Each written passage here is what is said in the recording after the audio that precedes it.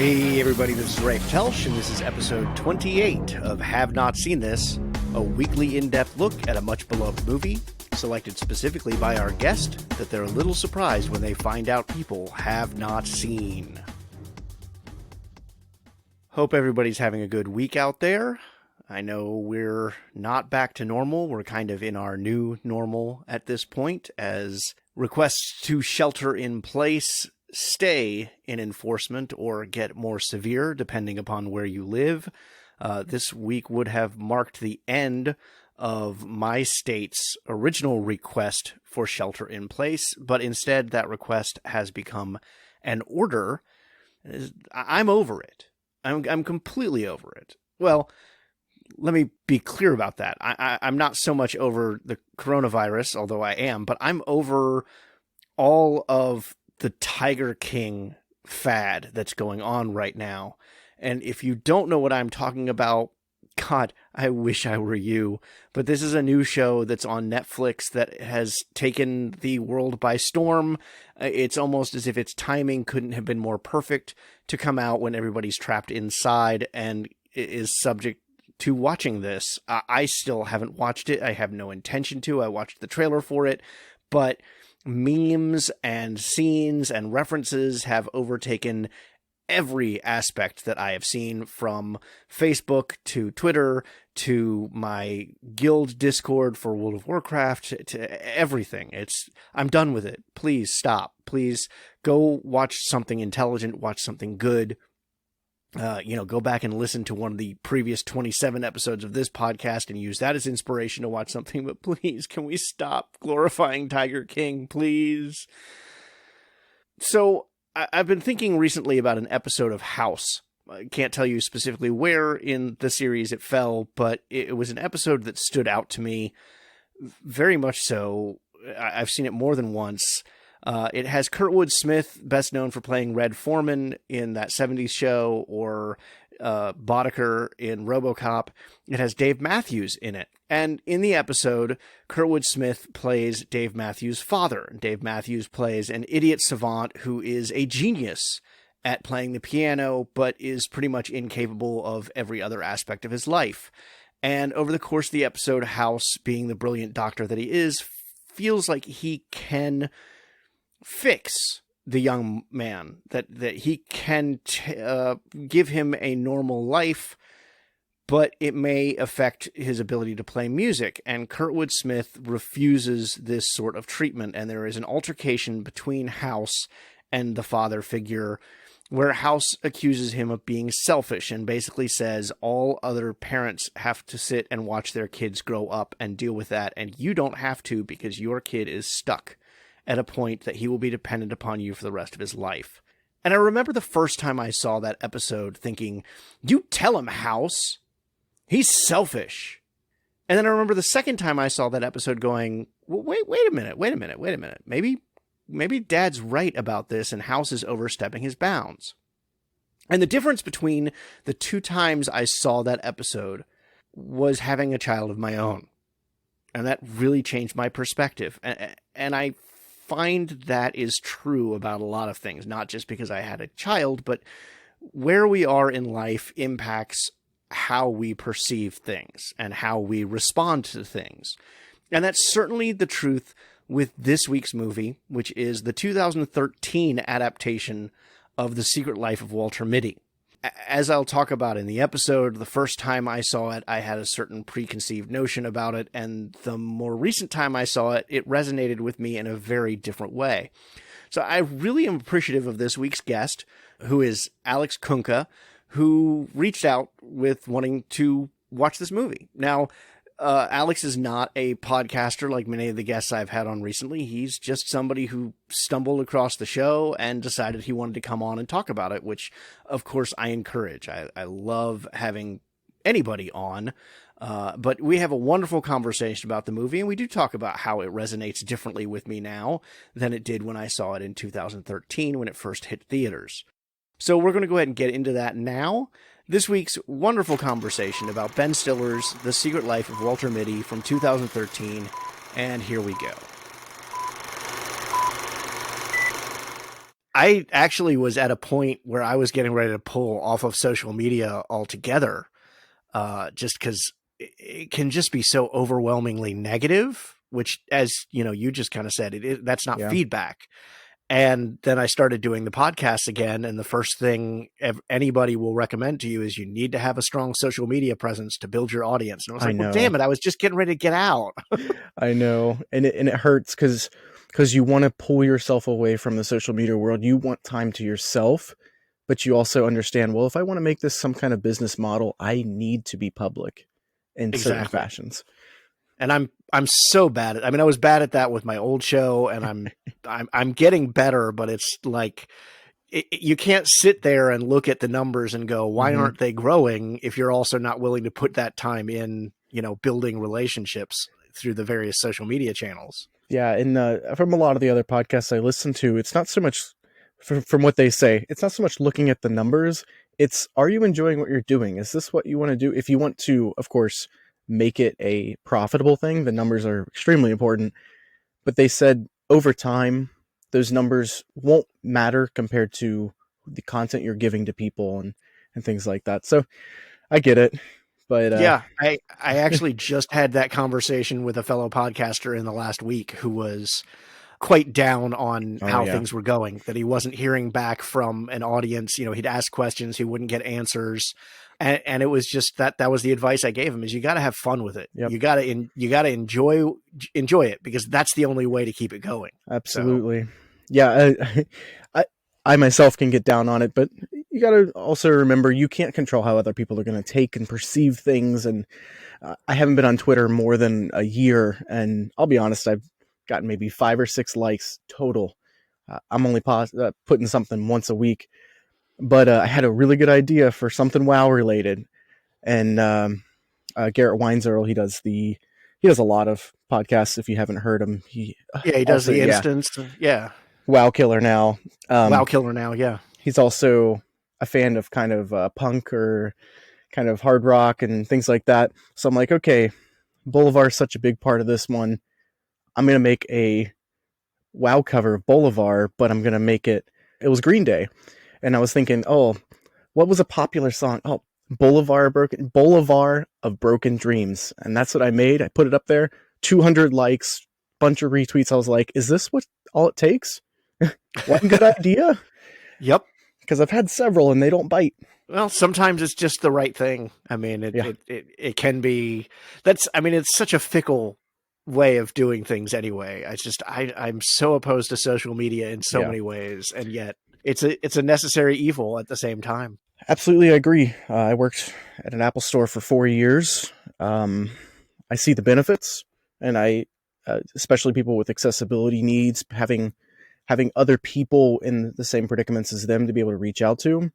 But I also see the mind-melting reality of everyone uses it just for funny things, of course. Everybody likes a laugh.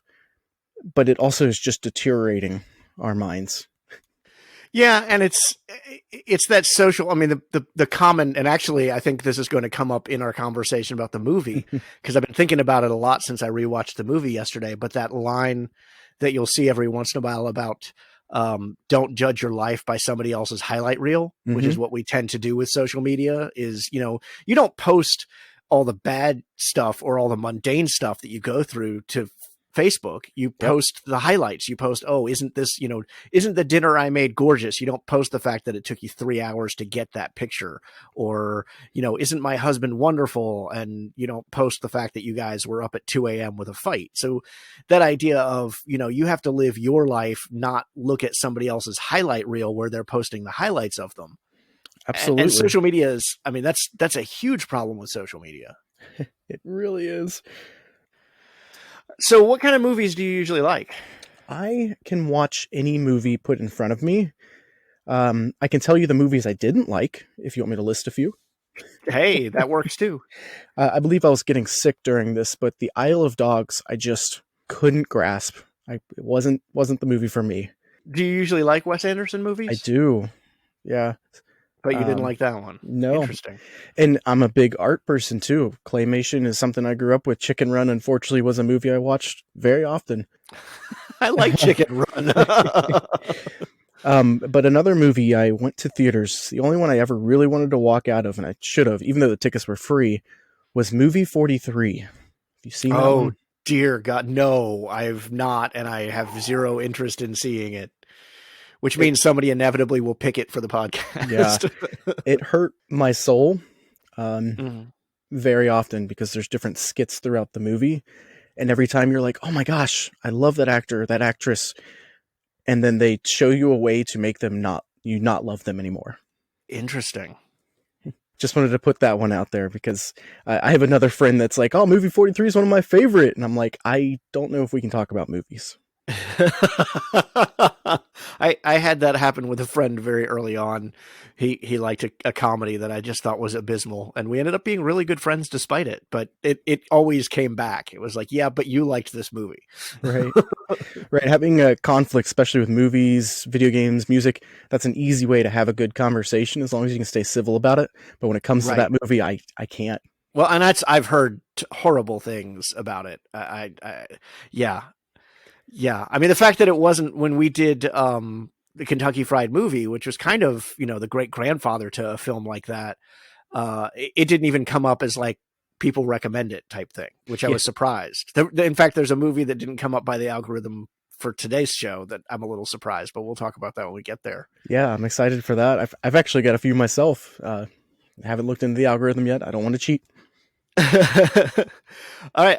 So, it dawned on me this week, almost 30 episodes of this recorded. And the concept of this show is, movies that people haven't seen that people are flabbergasted when they haven't seen. Right. So for my guests, one of my default questions should be, what are your have not seen this movies? So you're the first one I get to ask that because I didn't think about it in almost 30 episodes. But so what are the movies you haven't seen that people are astonished? Ooh, I don't have this one preloaded and generated. Yeah, I'm trying to think. I finally saw Valerian the other day.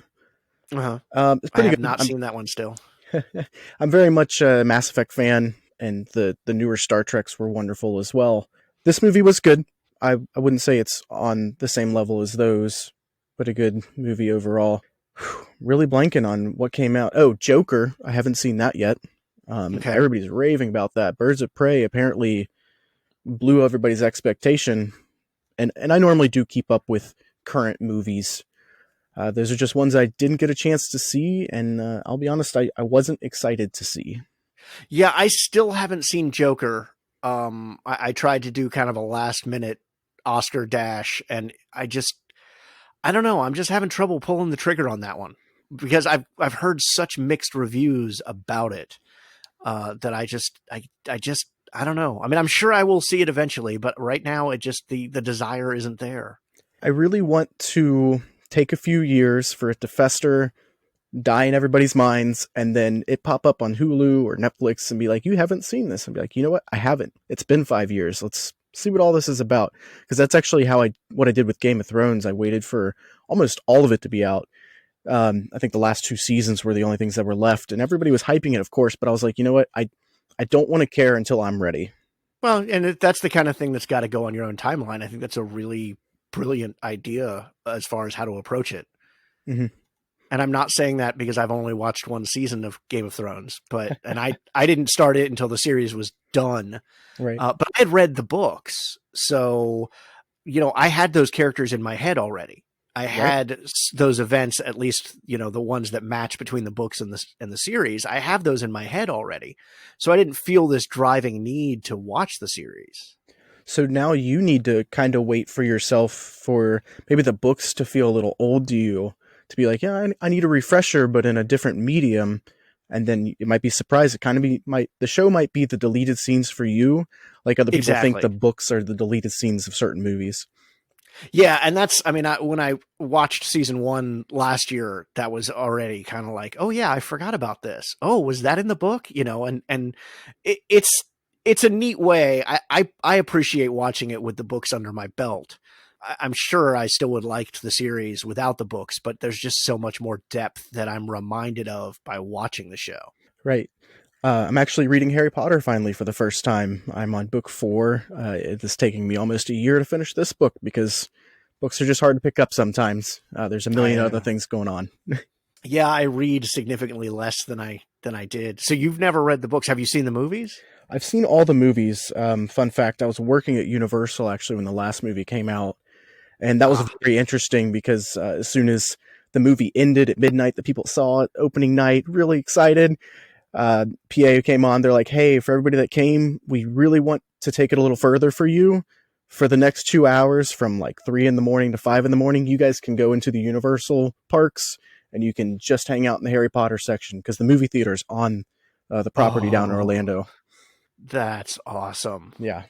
Yeah, I haven't gotten to Harry Potter World yet because I'm a Disney guy. So I have yet to go to Orlando and not go to Disney World and go to anywhere other than Disney World. So before Universal, I got the chance to work at Disney, which is also amazing and also some horror stories, but that's not what this podcast is about. No, in fact, let's get on topic here. All right. So today we're talking about The Secret Life of Walter Mitty from 2013, not the original Danny Kaye version, but the 2013 version. This was directed by Ben Stiller, written by Steve Conrad, based on the novel by James Thurber, or short story, I should say, by James Thurber, starring Ben Stiller, Kristen Wiig, John Daly, Kathryn Hahn, Terrence Bernie Hines, Adam Scott, Paul Fitzgerald, and Adrian Martinez. Hi, how can I help you today? Hi, I can't seem to leave a wink for someone. Okay, I'm looking at your profile. You left a lot of this stuff blank. Well, I haven't really been anywhere noteworthy or mentionable. Have you done anything noteworthy, mentionable? We have the ice, Jace. She moves like a woman. I'd like to climb your hair. Oh, wow. What is it you call it when he goes into one of his little places? Oh, zoned out. You do that now and then. What's the matter? I lost a picture. I like mysteries. You should go. Crack the case. You were Sean's partner. He finishes work.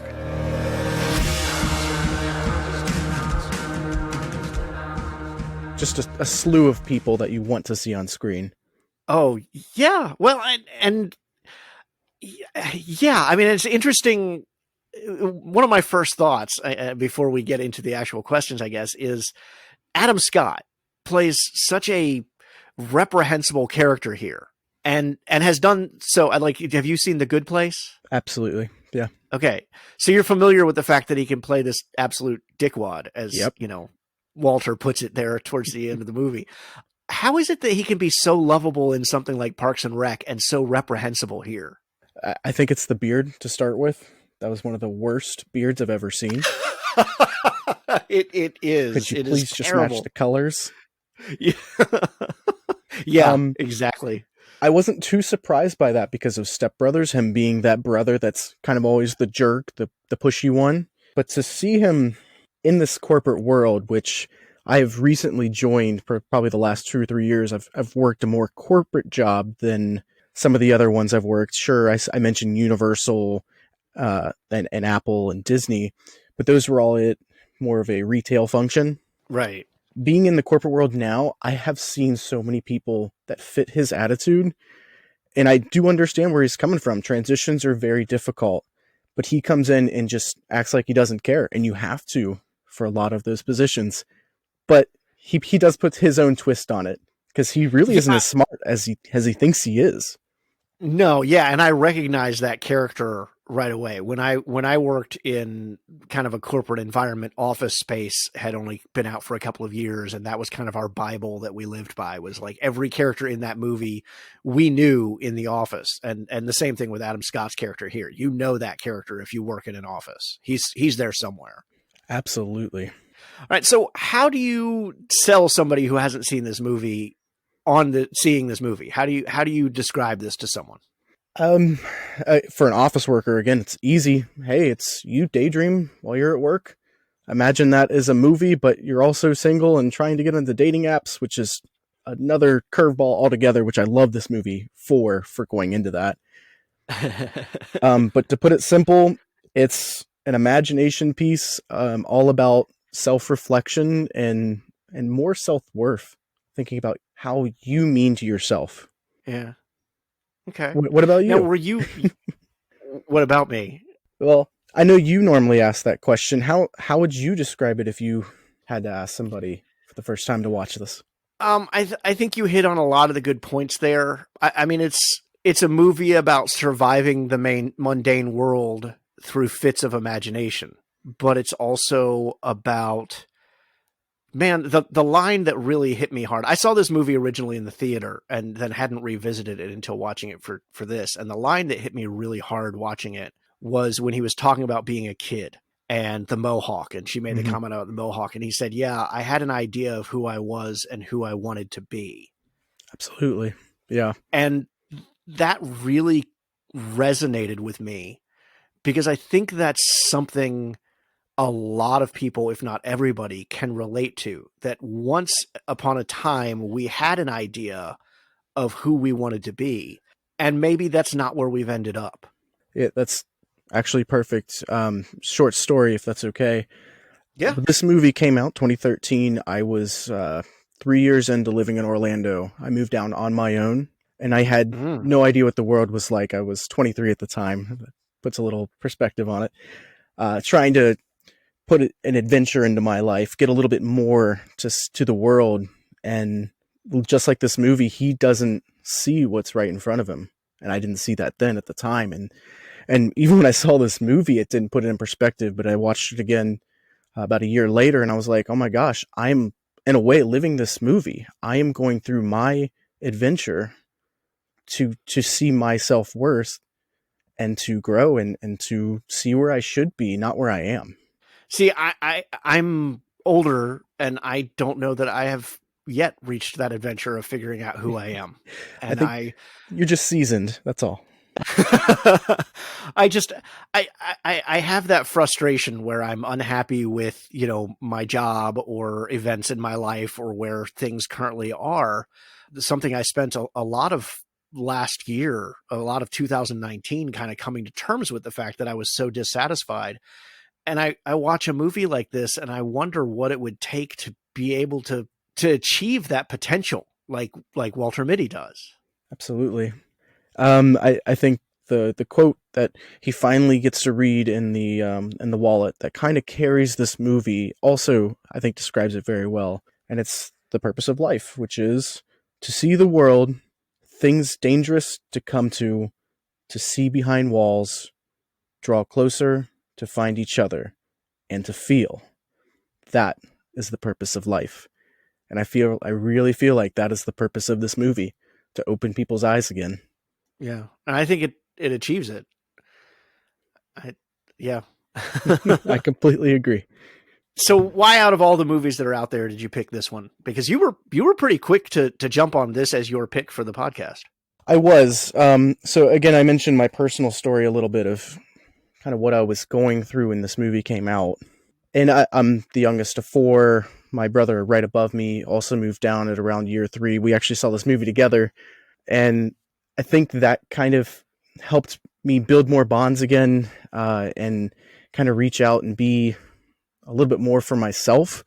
And that movie alone, as well as its kind of low budget, low marketing, I really wanted to get it out into the world. I feel like not enough people have seen it. And I think that there's way too many people that can get value from watching this.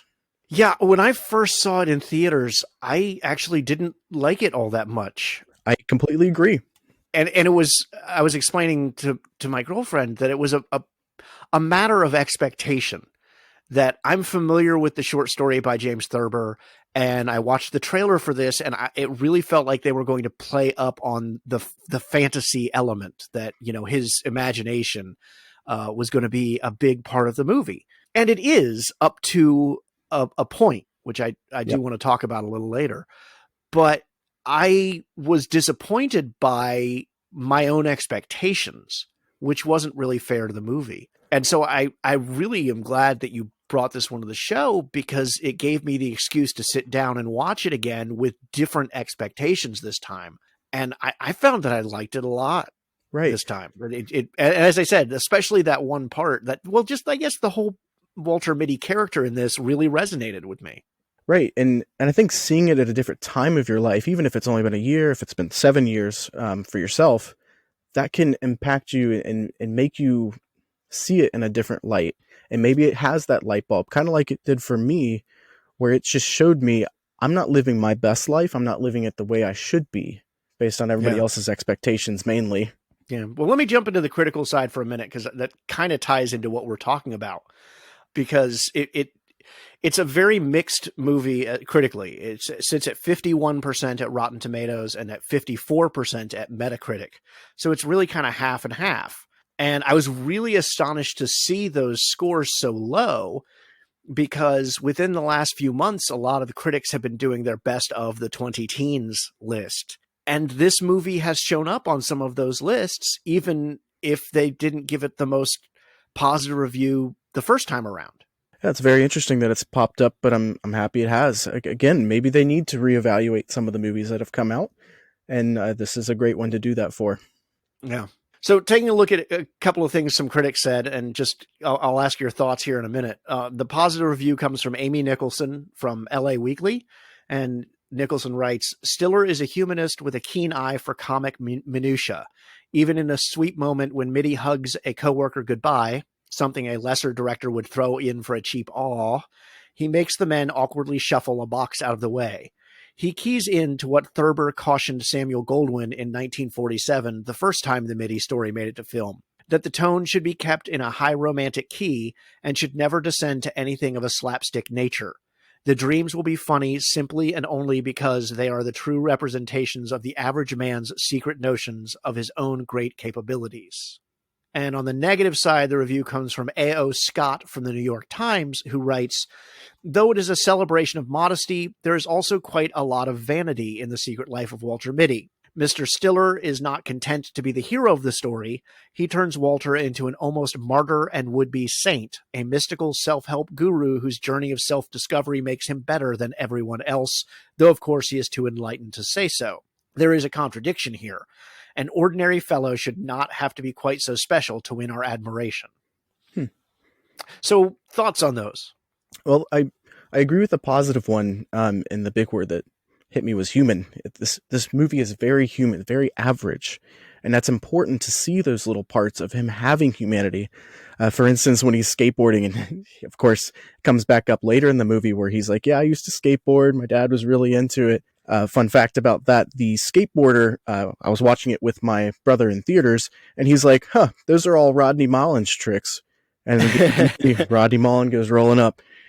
But again, those are little things of life. Hey, you learned this a long time ago? Share it with somebody. Mm-hmm. And then the other part of the negative one of the journey of self-discovery and him being more enlightened than others, I kind of agree with it because he does do some extremes, like just jumping on a plane, definitely going to the Alps. But it's also showing that we need to take risks to experience life, to know that there's more than just that desk job you're going to. So I guess jumping away from the movie a second because of what you just said, what inspired you to take the risk of moving to Orlando on your own? I was 20 and I was pretty over Ohio, not seeing the value in the state itself. Growing up around Cincinnati, there is pretty much Kings Island to do, and that's about it.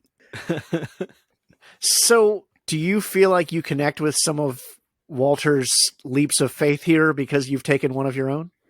I do. One of the leaps of faith I took while I was down in Orlando is going to BlizzCon for the first time. Huge thing I've always wanted to do. But I've already moved to another state. I had moved 6 times within 4 years. Oh my God.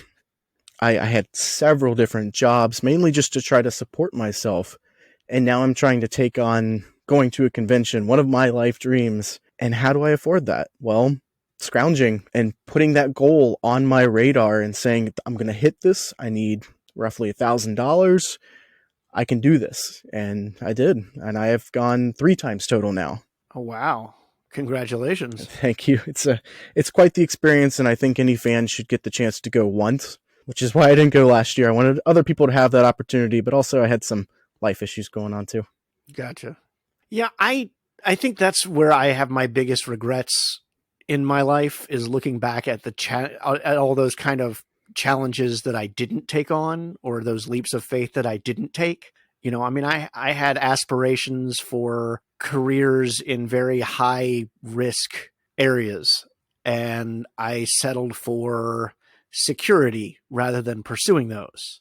And I watch a movie like this where, you know, that's Walter Mitty. He gave up on his dreams of, you know, skateboarding or whatever because his dad died and he had to take care of his family. Right. He stepped up in the role that he needed to at the time. And then I think what's so important about this movie is that here he is, maybe in his 50s. 40s. Finally, he's 42 at the beginning of the movie. Don't make us older than we need to be. But here he is finally saying, you know what, I should have done this a long time ago. I am stable and it's being taken away from me. Now is my time. Yeah. I don't see myself jumping on a plane to Iceland or Greenland or anything like that. And I certainly don't want to swim with porpoises, because it's not a porpoise. It's not a porpoise. But that was kind of, that's where this movie was hard for me to watch, is I haven't taken those risks. And there's a part of me that mourns that a little bit. And there's a part of me, I guess the movie gives me hope that there's still the opportunity to do that. But like, I'm in a place in life where I have a job, you know, I'm not thrilled with it, but it's stable. I have a son that I'm responsible for.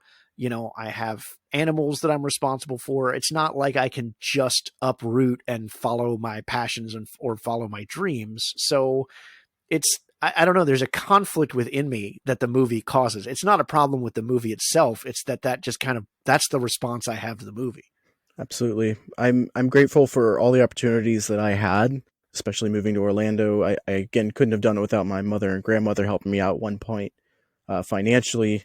But I hope everybody else gets that chance. And like you said, you regret that you didn't. But what opportunities did you come across that seem mundane to this point that I haven't experienced that would have benefited me and grown myself as a person?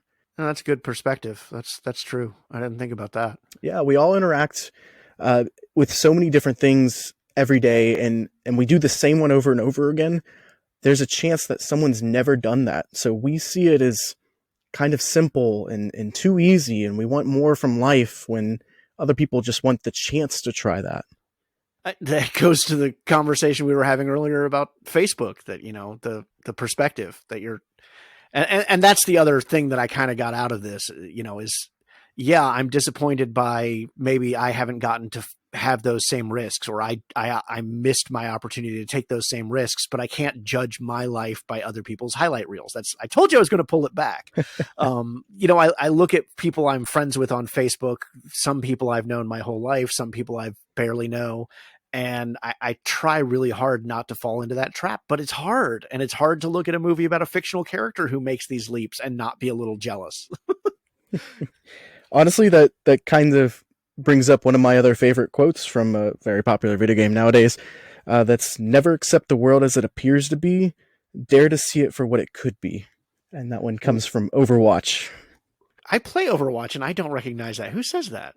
If you watch the Recall short, the one with Baby Winston and the doors open, you see the earth and it's glowing. And that's when Dr. Winston says that to him. That's right. Yes. Okay. I know that now. Boy, now I need to go back and watch that. That's been my phone screensaver since that came out, because it is, again, a constant daily reminder of, I am doing something maybe mundane. How can I make it different today? How can I make somebody else's day different? And also try to do that positively. Yeah. That's a really good attitude. I need to adopt that. Sorry to take it so deep, but that's kind of what Walter Mitty's doing for his mother throughout the movie as well. Her father, or his dad passed away, got that grand piano. I really need this to stay in the family. I need to do what I can for my mother so that she can stay happy. Right. Well, and when he gets to the end and has to sell it, you know, that's his statement, is you shouldn't have had to do this. This was my responsibility. He's put that responsibility on his shoulders since his dad died, even when his mother and sister didn't. He put it there. Absolutely. And as you were mentioned earlier, we have responsibilities. You have responsibility to your son, your girlfriend, your animals. And that's a rule that we've put in ourselves, just like a rule of gravity. We know it's real, but how can we change that? How can we adapt it to use it in a way that's good for us? And like you said earlier, you can't just uplift your life. You could, but the risk doesn't outweigh what you have now. Right. Exactly. Where he has no risk. He's losing his job. He doesn't have that choice. Yeah, that's true. I mean, there's the stakes for what he's doing. I mean, aside from the fact that he's facing death with a couple of the maneuvers he has to do, trying to outrun an active volcano or, jumping into the water or that kind of thing. But you're right. I mean, he has his mother and his sister who are reliant upon him. But the truth is that they're adults. He has no job, really. You're right. He has very little to risk when he takes those chances. Right. Good thing I finished my boot before this podcast. So let's talk about that. That scene still cracks me up with the drunken pilot who gets in his face and starts poking at his face and that kind of stuff. Yes. And then the realization that this is the pilot that he needs to ride with. And again, he's so focused on his goal, he can't see that this man is dying inside. Sure, he cheated on the one person and 8 people. Well, and the joke there is that there's only 8 people in Greenland in the movie, that Walter only sees 8 people the entire time he's in Greenland. Yep. It is wonderful. Yes, that scene was absolutely pivotal and very important to this movie, especially the thumb. The thumb.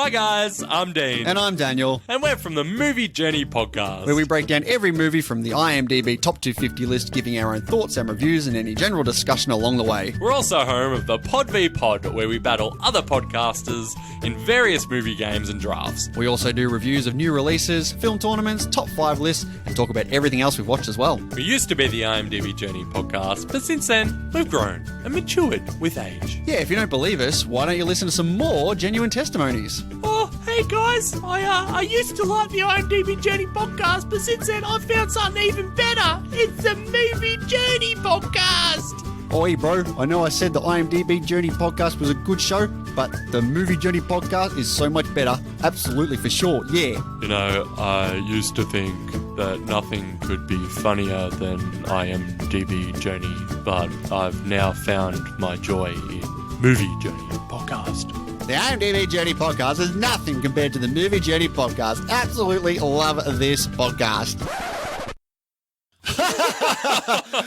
Amazing testimonies once again. Absolutely legit and real. Of course. And if you still don't believe those testimonies, go ahead and check out the show for yourself by searching for the Movie Journey podcast. You can find us on all your favourite platforms, including iTunes, Spotify, Stitcher, and Podbean. So come along and join our journey.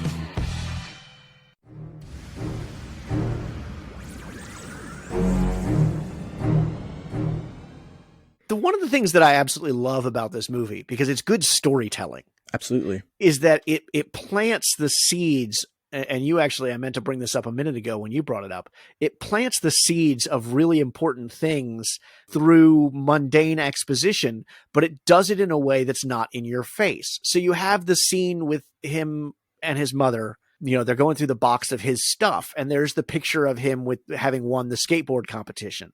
And so you get the information that he was a skateboarder, but the importance of that is that that was right before his dad died. Absolutely. So they're not shoving in your face that he was a skateboarder, even though that then comes back into play several times later in the movie.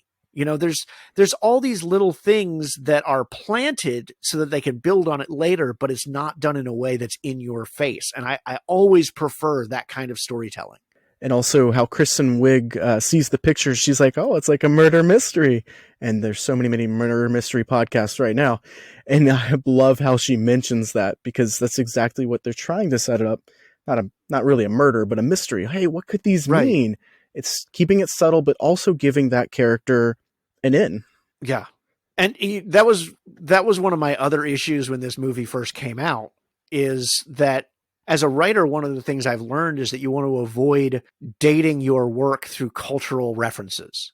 So you want to avoid, eHarmony and Facebook and Instagram. And they reference all of those in this movie. But who would have thought in 2013 that a lot of that stuff would still be around, almost a decade later? I completely agree with that. It is amazing. You want to become Instagram friends or Facebook buddies? Right. Love that. Yeah. And weirdly enough, especially down in Orlando, that was a common thing. It's, hey, I want to get your number. No, it was, hey, are you on Twitter? Are you on Instagram? Let's connect and then we can follow each other. Now, you did bring up when you were talking about, selling the movie to someone who hasn't seen it, you did bring up it diving into the world of online dating. Is that a venture that you've had to go down the road of? It absolutely is. When I was younger, it was easier because cell phones just came out. So all you have to do is text or call someone, and hopefully you don't run out of minutes. But now there's at least a few dozen apps that people would rather use to date with, and that is intimidating. And you don't get the chance that you get when you just meet someone, because that chance is taken from you because the person on the other end, they're the one taking the chance. They're either going to take it from you and say he's not attractive enough, or I don't like what he said. And it makes dating very difficult nowadays. Yeah, I've had my own ventures in online dating, and that opening scene with Walter trying to muster wink up the courage just to hit the wink button. Like, I know that feeling. Yeah. Like, that, just looking at it going, do I dare take a chance? Because for guys especially, it's a very one-way street as far as the online dating, that it's usually the guys who reach out to the girls, and the women are so inundated with responses to their online profiles that they don't respond to everybody. I've had conversations with female friends about this. In fact, one of my friends and I were writing his and her experiences in the world of online dating for a brief period of time. So I'm very familiar with that.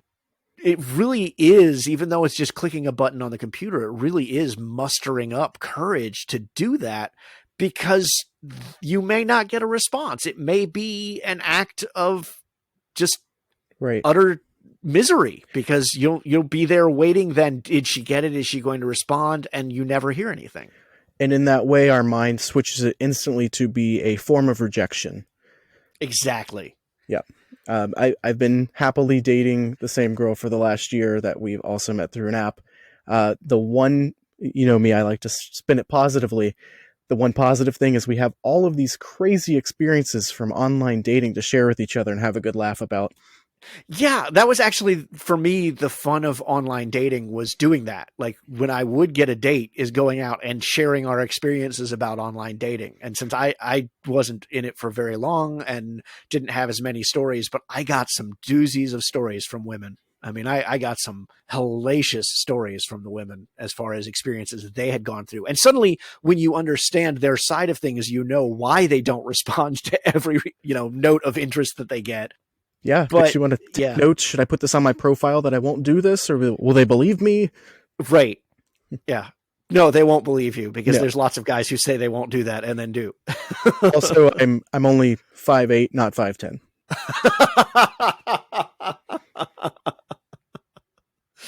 Yeah.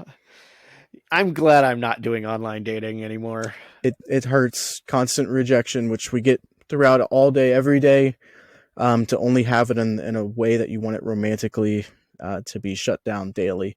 It's difficult, and I feel for everybody out there going through that now. Just know that if you keep trying, just like Walter does throughout the movie, you will reach that point where you get to where you want to be. And that might not be with anyone. You might grow from it based on the experience, not who you end up with. And if things are going wrong, you will not get a phone call from Todd at eHarmony to help you out. I would love Patton Oswalt to call me up. That'd be wonderful. Right. That's another one of those seeds that they plant early in the movie. The fact that he's in LA, right? That comes into play later on. Again, not put in your face, just a minor thing. But I was just so overjoyed to hear Patton Oswalt's voice that just kind of, I love that man. He's such a good actor. And a little role like this can go a long way in his hands. Absolutely, and I love how, again, it draws it back at the end of the movie. He's in LA, he's at customs, he can't get through. Who do you know here? There's only one person. Oh, yeah, right. And again, as I said, not in your face, but yep, it was mentioned earlier in the film. Yep. So the fantasies of the original short story were significantly more mundane than the ones presented here. And I kind of like to think that that's not because it's an adaptation for a movie, but because we've changed as an audience since the time Thurber wrote that story in the 40s. You know, that now our fantasies are these based on big budget blockbuster movies. Very true. What of the fantasies did you really like? What of the fantasies did you feel like were too far? All right, I'm going to have to pull it up right away. Right after that skateboarding scene where he's showing Rich how to do some tricks, and it goes into the Benjamin Button, but not really. That was hilarious and disturbing all too well. Yeah, and one of the reviews I was reading, and I unfortunately didn't pull a clip from it, but they pointed out, that it's not done right, but that's because he hasn't seen the movie. It's from He's his referencing perspective. Benjamin Button, but he doesn't actually know the movie, so the reference gets it wrong because Walter Mitty gets it wrong. Which is very clever, and what Kristen Wiig says is very Kristen Wiig-ish.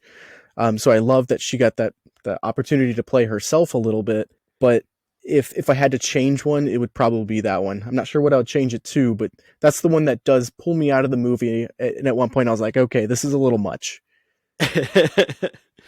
Yeah. This is Ben Stiller. If you haven't seen his skit being the stuntman for Tom Cruise on Mission Impossible 2, you need to check that out. He is the guy who, did the Oscars dressed up as one of the aliens from Avatar. So doing a parody of another movie almost felt very Ben Stiller as opposed to Walter Mitty. Right. And again, I'm just building my perspective on that scene based on my knowledge of him. If I would have had that, I probably would have enjoyed that very much.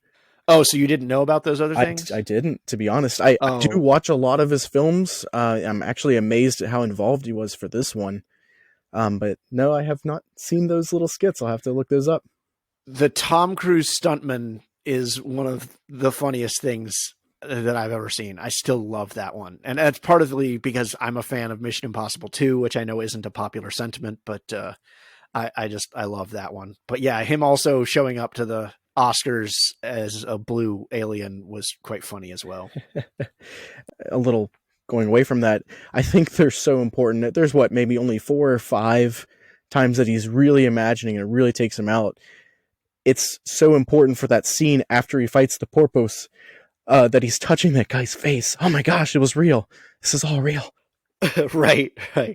Yeah, there's like 3 fantasies in the first 10 minutes of the film, which again, I went in thinking this expectation of it really being based on fantasy, and the first 10 minutes of the film kind of follows that. Right. And then they start getting a little less and less, although I still love the huge battle over the Stretch Armstrong between him and Adam Scott's character. That's probably my favorite right there. Skiing on the pavement and that kind of stuff. But I wrote down in my notes, and again, it'd been since it was in theaters in 2013 since I've seen it. I wrote down on my notes, that he sees that flock of birds on his way to the volcano, that becomes the moment that reality becomes more sublime than his fantasies. Right. When he sees Kristen Wiig's face in the birds. And what I didn't realize is that's the last fantasy. Yep. He doesn't have another one after that. I was dead on with what I wrote down in my notes. At that point, that's the transition point where his life is now becoming that adventure, and he doesn't need the fantasy anymore. Absolutely. He's realizing he's in this right now. This is what life is about. Yeah, and I love that moment. I think it's great that they put in the birds appearing as her face. That's a neat moment, but that's just a gorgeous moment. As for a lot of the travel, for somebody who's hunting down a world photographer for Life magazine, he gets to go to some beautiful landscapes. That's another reason why I picked this movie. The cinematography in this and how the film is shot, and just the scenes we get to see of the Alps. We'll never get to go there. Iceland. Maybe. Iceland's a nice little venture, and I would love to go on vacation, but there's a good chance I'm not going to see a volcano erupting, even though that's CGI, but besides the point. It is beautiful how well it's done. Yeah, it's a gorgeous movie in places. And it's gorgeous in two different ways. One, the landscapes. I just absolutely love the landscapes.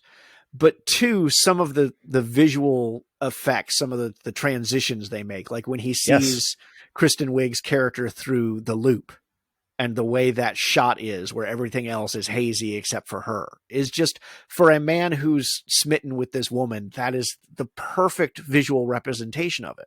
To bring up two others, he's looking at the photo of the water, and then it starts moving, and next thing you know, it's the pool that he's sitting at inspecting these photos. Which is like huge red flag to the audience that that's the water in, that's important. And then the other one, again, the simple one, he's flying from New York to Greenland, and the plane goes up, it gets dark, he has his dinner and everything, and then it gets light as he lands.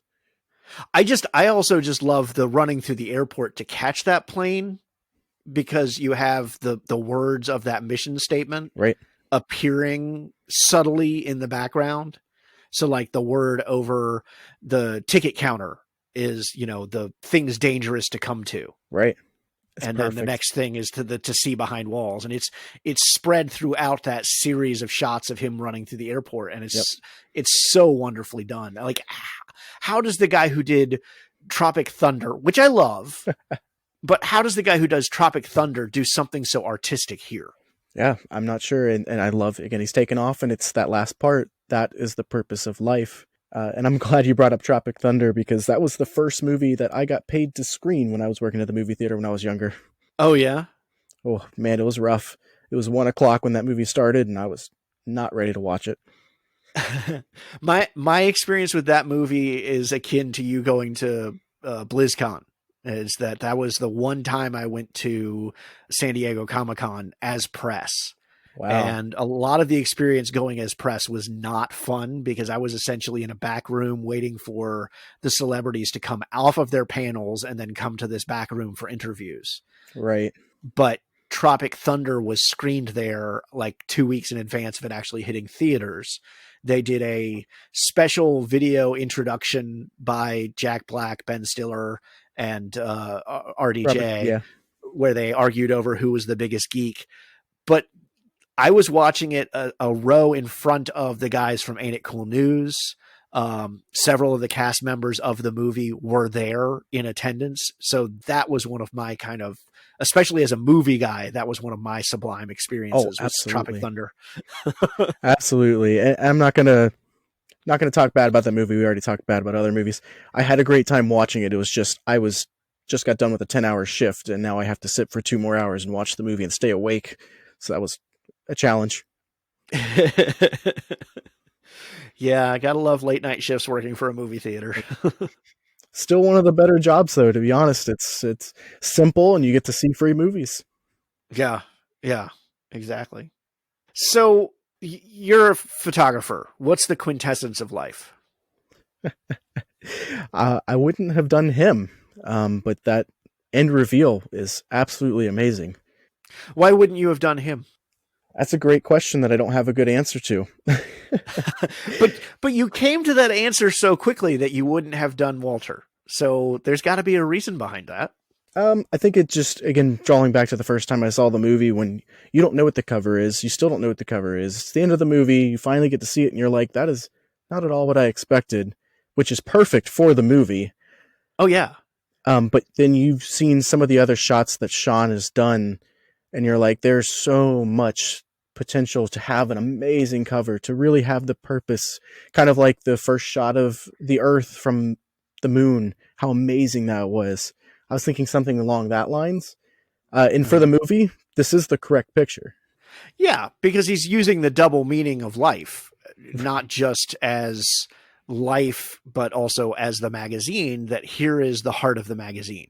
Yeah. And again, he is there for 25 years. He never missed one, he said. Yeah. We take his word on it. I love that ends up being the, I love that ends up being the picture. I also love the series of events that kind of gets it to him, know, that it was in the wallet and he's dumped the wallet, but his mom being just an excellent mom, saved it. And I didn't feel like that was contrived to me. That felt true to her character. Absolutely. It's in there because she even says right before that, you do that one thing. What is it? And the sister chimes in, zones out. Yeah, you do that from time to time. Yeah. And you do, I believe you see her watch him throw the wallet out. You have to kind of watch closely for that part. Right. But yeah, it definitely reflects my own mother. And she said, I always keep your knickknacks. And that was just another one. Another lovely, subtle throw in there that we didn't think was going to resurface. And, you mentioned at the very beginning, what a cast. And Shirley MacLaine as his mom. She's so wonderful in this tiny little part. I mean, she takes what little time she's been given and does an excellent job with it. I totally love her in this movie. Absolutely. And then the sister, I can't remember her real name. Catherine Hahn. Yeah. Again, also from Step Brothers and a lot of other movies. I love to get to see her again, kind of to be Rizzo. Yeah. So and I noticed a tiny little detail about her character before we've even met her. We get the sense of her level of irresponsibility, because one of the items in his checkbook is Odessa skipping jury duty fee. Oh, I missed that. That she, and she skipped jury duty and he paid for it because he's the responsible one. Right. And that's before we even meet her character. I'm not saying my other siblings are irresponsible, but I still feel a little bit more like Walter in that respect. All right, man. What else you want to talk about before we move to the closing credits here? Again, I just want to state how important this film was for myself and how beneficial I can think for others to be able to see it. And then, like I mentioned earlier, there wasn't a whole lot of marketing for this. The trailer we talked about very briefly is only the first 10 minutes, like you said. The trailer's all about his imagination and the crazy things he thinks of, and that's just not what the movie is. Yeah. One other thing I do want to mention before we move into the closing credits, and that's the soundtrack. Wonderful. Thank you for bringing that up. Yeah, it has, first of all, Arcade Fire. That song is like one of my all-time favorite songs, but of Monsters and Men, and of course using Space Oddity. Just some wonderful musical selections that are very fitting for the feel and the tone of the movie. Yeah, and I want to say Still Alive. I think that's the song that was specifically made for this movie. Also just wonderful song. And the kind of the hums, and it seems so simple, but it really helps keep you in the moment of the movie. Yeah. All right, well, let's move into the closing credits here. Our first thing is the algorithm says. These are taken from various algorithms that say, if you like this movie, Secret Life of Walter Mitty, you'll also like these movies. So this is kind of a lightning round. What do you think about these movies? Do you like them? Do you not like them? Do you not understand why the hell they're connected? That kind of thing. I'm ready. All right. Up first, we have Something Like Mary. Great movie. I haven't seen that in a very long time, but I know that Ben Stiller being in it. Is it like this movie only from the dating perspective? Yeah. I like Ben Stiller's performance in that movie as well, which is weird because it's a weird movie, but yeah. All right. Yes, Man. I just watched that the other day. Perfect movie for this. It was the Walter Mitty before Walter Mitty. Well, before this Why movie. do you think so? Because he's trapped in his own world too. He doesn't see that he wants to stay in that mundane. He doesn't want to venture out. He's not happy with his life, but he's not willing to make the changes to make him happy. Okay. All right. 50-50. Have not seen it yet. It's on Netflix. Ooh. I know I need to. I've been told to keep tissues ready. Yeah. It's a hard movie to watch. I'm ready. And it's also kind of along these lines of circumstances causing them to take that leap of faith, to take those risks. Yep. All right. Stranger Than Fiction. Will Ferrell did great in that movie. I would say yes. I see the correlation. Yeah. About Time. I have not seen that. That one is also fantastic. That's not the first time that's come up in the algorithm says. And actually I had a guest almost bring that movie up. Phenomenal comedy slash drama. I'll put it on the list. Midnight in Paris. I have not seen that one either. Sorry. Probably my favorite Woody Allen film. Really? Yeah. All right. Dead Poets Society. Just a wonderful movie. I don't see the full connection. I understand why you'd bring that up, or why the algorithm would, but I don't think it's the best pick for this. Okay. I think it's the carpe diem, seize the day, take the moment. I could see that. Groundhog Day. Yes, because of the unrealistic aspect of having to live every single day and taking advantage of that. Yeah. Okay. And then one that wasn't on any of the algorithms, but I'm going to add in, because I can't believe it wasn't on any of the algorithms, UHF. I have not seen that. It's Weird Al Yankovic, and it's essentially I Walter have Mitty. seen this. He has these fantasy segments based on movies. So I have seen this. It's been probably 20 years. that would be about right, yeah. All right, finally, we always end with the pop quiz, 4 multiple choice questions based on the movie you've selected here. So are you ready? I'm ready. All right. Number 1, this movie languished in developmental hell for quite a while with at least 3 attempts to make it falling through. Which of the following was not slated to play Walter Mitty in one of the previous efforts?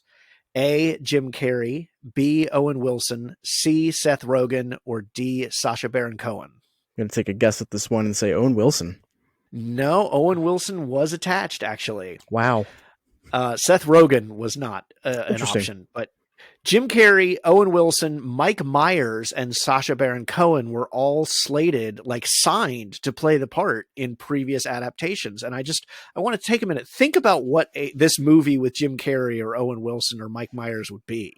I have a lot of respect for Jim Carrey. I do feel like this is the Ben Stiller movie. It should have been him from the beginning. I don't know if I could see Jim Carrey being able to hit the level of understanding that Ben Stiller does, especially with the emotional parts. And yes, Jim Carrey has gotten emotional. Mike Myers, I'm sorry, I couldn't see it.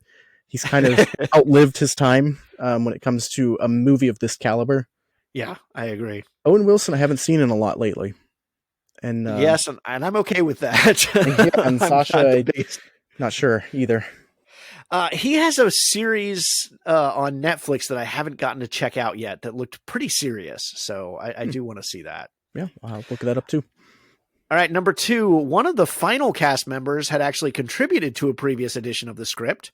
Which actor served as a script doctor to a version that ultimately ended up being replaced by Conrad's script? A, Ben Stiller, B, Kristen Wiig, C, Sean Penn, or D, Patton Oswalt?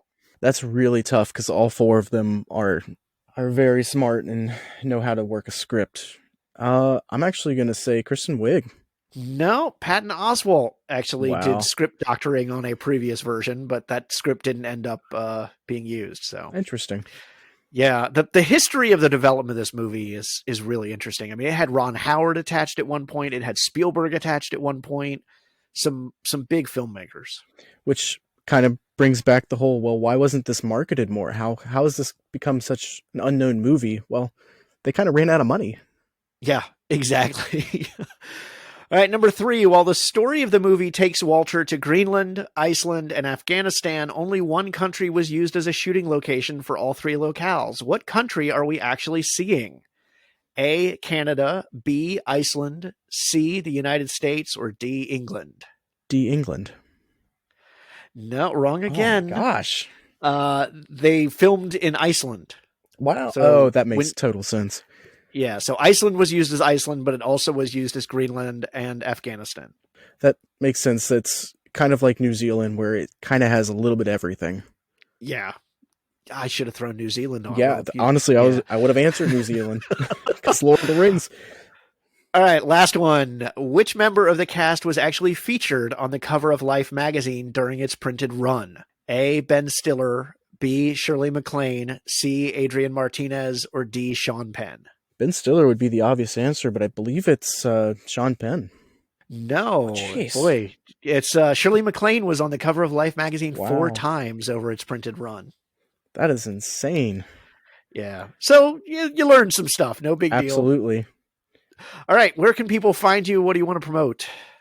You can find me at Twitter at @the_Kunka, Kunka.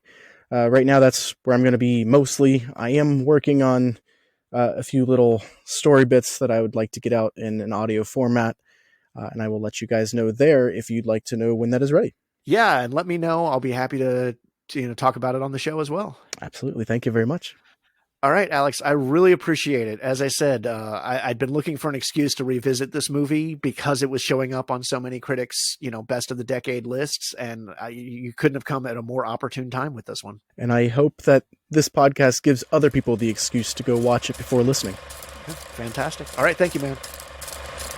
So that does it for this week, but you can keep the conversation going throughout the week on social media. Share your thoughts about The Secret Life of Walter Mitty, or maybe tell me a movie you'd like to come on the show and talk about. You can find me at Talon Hess on Twitter, or the show at Have Not Seen This on Twitter. On Facebook, it's Have Not Seen This Podcast, or you can email me at havenotseentthis@gmail.com. And of course, don't forget to subscribe to the show so you don't miss any of our upcoming episodes, including next week's episode, which I haven't chosen yet because I have several options out there, but some of them haven't been recorded yet. But I'm going to continue to keep things light, so you'll be in for some laughs regardless of what movie I choose. Positive ratings and reviews are always welcome, as is just sharing the podcast with a friend and spreading the love. And if you like World of Warcraft or other Blizzard games, be sure to check out my other podcast, Citizens of Azeroth, a World of Warcraft podcast, also available through all major podcast sources. Special thanks to Chris Talent for our wonderful theme song, and thanks to Alex Kunka for providing this week's conversation. Until next week, I'm Rafe Telsch, and this has been Have Not Seen This.